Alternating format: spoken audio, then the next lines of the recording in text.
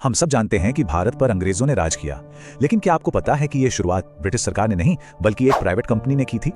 ये इस चौंकाने वाली और अक्सर गलत समझी जाने वाली कहानी का विश्लेषण है कि कैसे एक कॉरपोरेशन ने, न कि ब्रिटिश सरकार ने, भारत पर कब्जा किया। तो सवाल ये है, आखिर ये हुआ कैसे? एक प्राइवेट कंपनी जिसमें बस 125 लोग थे, उसने इतने बड़े देश को गुलाम बना लिया। ये कहानी किसी हिस्टोरिकल हाइस्ट फिल्म से कम नहीं है। चलिए इसको समझते हैं। 1900 में मुगल इंडिया एक इकोनॉमिक सुपर पावर था, मतलब दुनिया का 25% सामान यही बनता था। आज के हिसाब से देखें तो इंडिया की इकोनॉमी 21 ट्रिलियन डॉलर के बराबर थी, और ब्रिटेन वो तो एक छोटा सा गरीब देश था। उसकी जीडीपी तो भारत के सामने कुछ भी नहीं थी। तो फिर इतनी पावरफुल कंपनी शुरू कैसे हुई?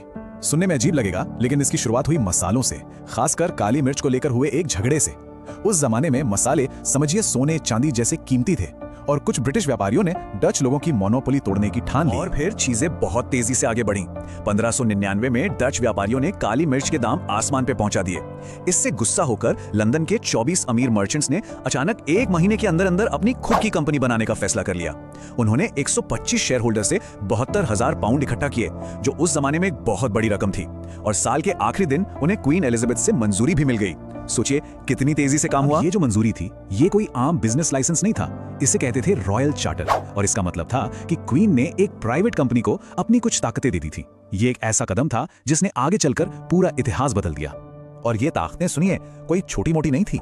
कंपनी अपनी खुद की करेंसी प्रिंट कर सकती थी, अपनी प्राइवेट आर्मी बना सकती थी, युद्ध कर सकती थी और शांति समझौते भी, यहां तक कि अपने कानून बना सकती थी और उन्हें तोड़ने वालों को सजा भी दे सकती थी। जरा सोचिए, एक कॉरपोरेशन को एक देश जैसी ताकत दे दी गई थी। लेकिन इतनी जबरदस्त पावर्स के बाद भी जब ईस्ट इंडिया कंपनी इंडिया पहुंची तो वो कोई विजेता बनकर नहीं आई। वो आई थी अमीर और ताकतवर मुगल साम्राज्य के सामने, एक तरह से बख्शिश मांगने वालों की तरह, क्योंकि उस वक्त इंडिया ही सुपर पावर था। उनकी शुरुआती कोशिशें तो बिल्कुल फेल हो गईं। कंपनी का पहला दूत विलियम हॉकिंस सम्राट जहांगीर को इंप्रेस करने में नाकाम रहा। मुगलों ने उन्हें असभ्य मतलब अनसिविलाइज्ड समझा और कोई खास भाव नहीं दिया। वो पहले से ही वहां आकर बसे पुर्तगाली व्यापारियों को नाराज भी नहीं करना चाहते थे। को इंडिया में बस थोड़ी सी जगह बनाने में ही कई साल निकल गए। आखिरकार 1615 में सर थॉमस रो नाम के एक बहुत ही चालाक डिप्लोमेट ने जहांगीर को मना ही लिया। कैसे? उन्होंने जहांगीर को समझाया कि कंपनी के साथ ट्रेड करने से मुगल साम्राज्य को ही फाइनेंशियल फायदा होगा। इसके बाद जाकर कहीं उन्हें सूरत में ट्रेड करने की परमिशन मिली। फिर कई दशकों तक कंपनी चुपचाप अपना बिजनेस करती रही। लेकिन 1707 में सब कुछ बदल गया। जैसे ही सम्राट औरंगजेब की मौत हुई और मुगल साम्राज्य कमजोर पड़ने लगा, कंपनी की स्ट्रैटेजी भी बदल गई।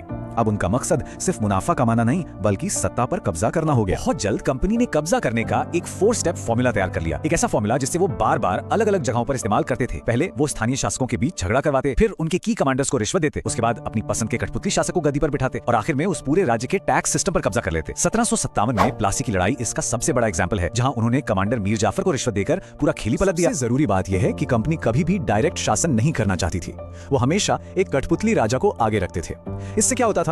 एक तो वो स्थानीय लोगों के गुस्से से बच जाते थे, और दूसरा एडमिनिस्ट्रेशन चलाने की सिरदर्दी से भी दूर रहते थे। उनका बस एक ही मकसद था, राज्य के सारे रिसोर्सेज और पैसा चूस लेना। के बिजनेस मॉडल को समझाने के लिए इससे बेहतर कोई शब्द हो ही नहीं सकता। असल में अंग्रेजी का जो शब्द है लूट, वो इसी दौरान हिंदी से लिया गया था। ये शब्द उनके काम करने के तरीके को बिल्कुल ठीक से बयान करता है। 1764 में बक्सर की लड़ाई एक और बड़ा टर्निंग पॉइंट था। इस जीत के बाद मुगल सम्राट ने कंपनी को दीवानी राइट्स दे दिए। इसका मतलब यह था कि अब कंपनी इंडिया के सबसे अमीर प्रांत बंगाल का पूरा टैक्स रेवेन्यू कलेक्ट कर सकती थी। सोचिए, एक ट्रेडिंग कंपनी अब एक टैक्स कलेक्टिंग स्टेट बन चुकी थी, और इस कॉर्पोरेट रूल के नतीजे बहुत ही भयानक थे। ये इंडिया से धन की एक सिस्टमैटिक निकासी की शुरुआत थी, जिसका स्केल किसी के भी होश उड़ा दे। एक इकोनॉमिस्ट है उत्साह पटनायक, उनकी रिसर्च के मुताबिक लगभग 200 सालों में ब्रिटेन ने इंडिया से 45 ट्रिलियन डॉलर के बराबर धन निकाला। ये रकम कितनी बड़ी है? ये आज के ब्रिटेन की पूरी जीडीपी से भी कई गुना ज्यादा है। ये सारा पैसा गया कहाँ? इसी पैसे ने ब्रिटेन की इंडस्ट्रियल रेवोल्यूशन को फंड किया, वर्ल्ड वॉर 1 और 2 समेत ब्रिटेन के बड़े बड़े युद्धों का खर्चा उठाया। इसी पैसे से यूरोप और नॉर्थ अमेरिका में रेलवे और इंफ्रास्ट्रक्चर बना। और सबसे बड़ी विडंबना यह है कि इसी पैसे का इस्तेमाल भारतीय लोगों को दबाने के लिए भी किया गया। इस लूट की इंसानी कीमत भी बहुत भारी थी। कंपनी ने टैक्स इतने ज्यादा बढ़ा दिए कि 1770 में बंगाल में एक भयानक अकाल पड़ गया। ये वही बंगाल था जो कभी इंडिया का सबसे खुशहाल हिस्सा माना जाता था। इस मैन मेड अकाल में अनुमान है कि लगभग 1 करोड़ लोग मारे गए, और कंपनी इतनी क्रूर थी कि उन्होंने मरे हुए लोगों का टैक्स भी जिंदा लोगों से वसूला। लेकिन कंपनी का राज हमेशा नहीं चला। दशकों के भ्रष्टाचार और 1857 के महान विद्रोह के बाद ब्रिटिश सरकार को आखिरकार एहसास हुआ कि कंपनी अब उनके कंट्रोल से बाहर हो चुकी है। तो 1858 में ब्रिटिश क्राउन ने इंडिया का शासन सीधे अपने हाथों में ले लिया। लेकिन इस कहानी का सबसे बड़ा आयरॉनिक ट्विस्ट तो अब आता है। जिस ईस्ट इंडिया कंपनी ने इंडिया पर राज किया, उसे लूटा, उसे ही 2010 में एक लग्जरी ब्रांड के तौर पर रीलॉन्च किया गया। और आज इसके मालिक हैं एक भारतीय मूल के बिजनेसमैन संजीव मेहता। इस स्रोत का तर्क यह है कि इस कहानी का असर आज भी हम महसूस करते हैं। उनका दावा है कि इंडिया से लूटा गया पैसा ही वो नींव है जिस पर आज की पूरी मॉडर्न कैपिटलिस्ट ग्लोबल सिस्टम खड़ी है। इसी पैसे ने वेस्ट के डेवलपमेंट को फंड किया। ये बात हमें एक बहुत जरूरी सवाल पे लाके छोड़ देती है। अगर ये दावा सही है कि इतने बड़े वेल्थ ट्रांसफर ने हमारी आज की दुनिया को शेप किया है, तो हमें सोचना पड़ेगा कि और ऐसे कौन से छिपे हुए इतिहास हैं जो आज हमारे आसपास की दुनिया को आकार देते हैं।